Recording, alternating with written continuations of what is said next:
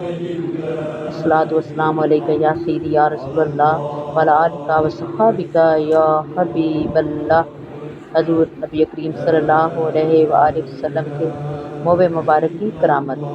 حضرت شاہ ولی اللہ محدث دہلوی رحمۃ اللہ علیہ کے والد ماجد شاہ عبد الرحیم رحمۃ اللہ علیہ نے فرمایا، ایک بار مجھے بخار کا عارضہ لاحق ہوا اور بیماری طول پکڑ گئی، حتیٰ کہ زندگی سے نا امیدی ہو گئی۔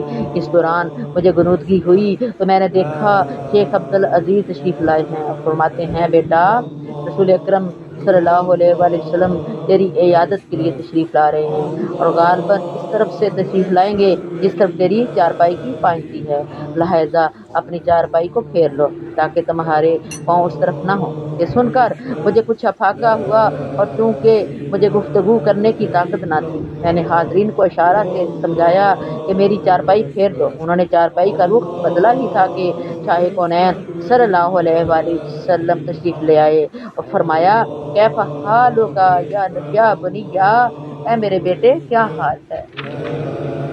اس سرشاد گرامی کی لذت مجھ پر ایسی غالب ہوئی کہ مجھے وجد آ گیا اور زاری و بے قراری کی عجیب حالت مجھ پر طاری ہوئی۔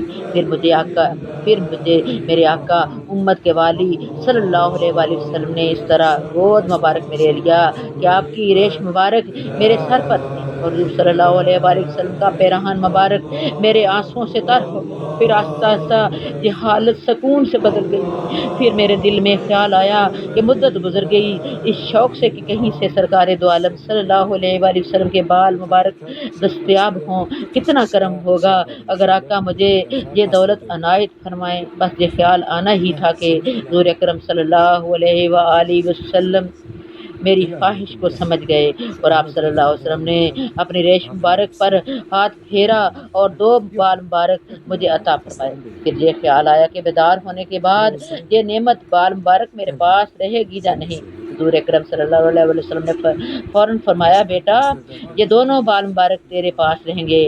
جہاں بعد سرکار دو عالم صلی اللہ علیہ وآلہ وسلم نے صحت کلی اور درازی عمر کی بشارت دی تو مجھے اسی وقت آرام ہو گیا۔ میں نے چراغ منگایا اور دیکھا تو میرے ہاتھ میں وہ موئے مبارک نہ تھے۔ میں غمگین ہو کر پھر دربار رسالت کی طرف متوجہ ہوا تو غیبت واقع ہوئی اور دیکھا کہ آقا دو جہاں صلی اللہ علیہ وآلہ وسلم جلوہ افروز ہیں اور فرما رہے ہیں، بیٹا ہوش کر، میں نے دونوں بال تیرے تکیے کے نیچے احتیاط سے رکھ دیے ہیں، وہاں سے لے لو۔ میں نے بیدار ہوتے ہی تکیے کے نیچے سے لے لیے اور ایک پاکیزہ جگہ میں نہایت تعظیم و تکریم کے ساتھ محفوظ کر لیے۔ چونکہ بخار کے بعد کمزوری غالب آ گئی تھی، لہذا حاضرین نے سمجھا شاید موت کا وقت آ گیا ہے اور وہ رونے لگے۔ نکاحت کے سبب مجھ میں بات کرنے کی سخت نہ تھی، اس لیے میں اشارہ کرتا رہا۔ پھر کچھ عرصہ بعد مجھے قوت حاصل ہو گئی اور میں بالکل تندرست ہو گیا۔ نیز حضرت موصوف فرماتے ہیں کہ ان دونوں موئے مبارک کا خاصہ تھا کہ آپس میں لپٹے رہتے تھے، لیکن جب درود پاک پڑھا جاتا ہے تو دونوں علیحدہ علیحدہ ہو کر کھڑے ہو جاتے تھے۔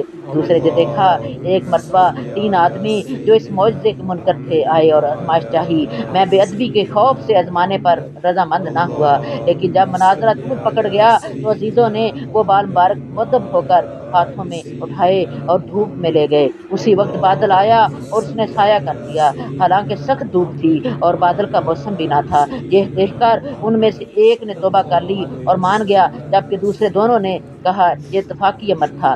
دوسری بار پھر وہ موئے مبارک دھوپ میں لے گئے تو پھر بادل نے آ کر سایہ کر دیا۔ دوسرا بھی تائب ہوا۔ تیسرے نے کہا اب بھی اتفاقی عمل ہے۔ تیسری مرتبہ پھر دھوپ میں لے گئے تو بادل نے سایہ کر دیا تو تیسرا بھی تائب ہو کر مان گیا۔ سوم دے کے ایک بار کچھ لوگ موئے مبارک کی زیارت کے لیے آئے تو میں موئے مبارک والے صندوق کو باہر لایا۔ کافی لوگ جمع تھے۔ میں نے تالا کھولنے کے لیے چابی لگائی تو تالا نہ کھلا۔ بڑی کوشش کی مگر میں تالا کھولنے میں کامیاب نہ ہو سکا۔ پھر میں اپنے دل کی طرف متوجہ ہوا تو معلوم ہوا ان لوگوں میں فلاں آدمی جنبی ہے، اس کی شامت ہے، تو اسی کی شامت ہے کہ تالا نہیں کھل رہا۔ میں نے پردہ پوشی کرتے ہوئے سب کو کہا جاؤ اور دوبارہ طہارت کر کے آؤ۔ جب وہ جنبی مجمع سے باہر ہوا تو تالا کھل گیا اور ہم سب نے زیارت کی۔